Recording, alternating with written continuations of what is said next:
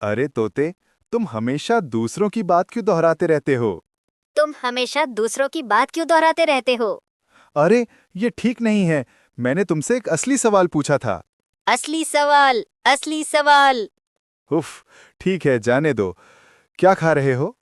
क्या खा रहे हो?